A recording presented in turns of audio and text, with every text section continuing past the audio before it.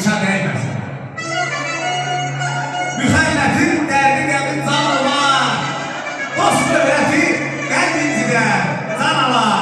Gördüyündən əl götürməz canama. Ürəyinə güllə qışa dəyməsin. Şəmşir, xoşarlısan, xoş bir diləksən. Sən, el aşırırsan, elə gələksən.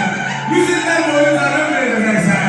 Zamanın qaytısı yaşa dəyməsin. Allah ömrünü dəyməsin. Apteka vermə, qalan yağarsan elə. Allah heç apteka qısmət eləməsin. Vallahi billah.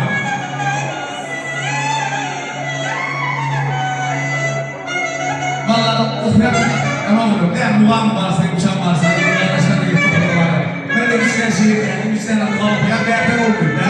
Biraz dinləmək, istirahət edək, icazı özləm, nə gəlir imkan varsa. Hər şey olacaq Allah'ın köməkliyi. Ya Allah, gəl ama oğlu qadmalarım. Bir iki dənə muğamlarım, hatta yemiş üçmüşüm, hər şey qaydasınlar. Yüreğimde benim bir arzum var, çabalmak hatadan sağlamaydı. Öyle mi biraz sekten olur? Yüreğimde benim bir arzum var, çabalmak hatadan sağlamaydı. Güleydi yaman hayat yüzüne, ömürler yüzüm can sağlamaydı.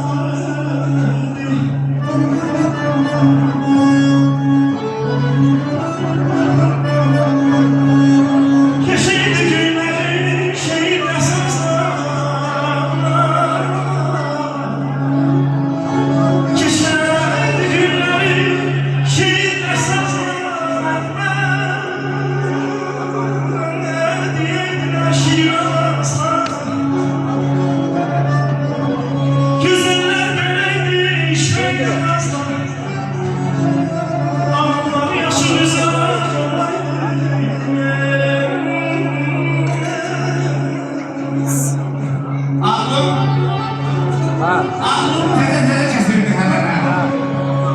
Sen bana dövlete satanlamayın. Məhəbbət yandım üçün eyləmişdi. 18 yaşına satanlamayın.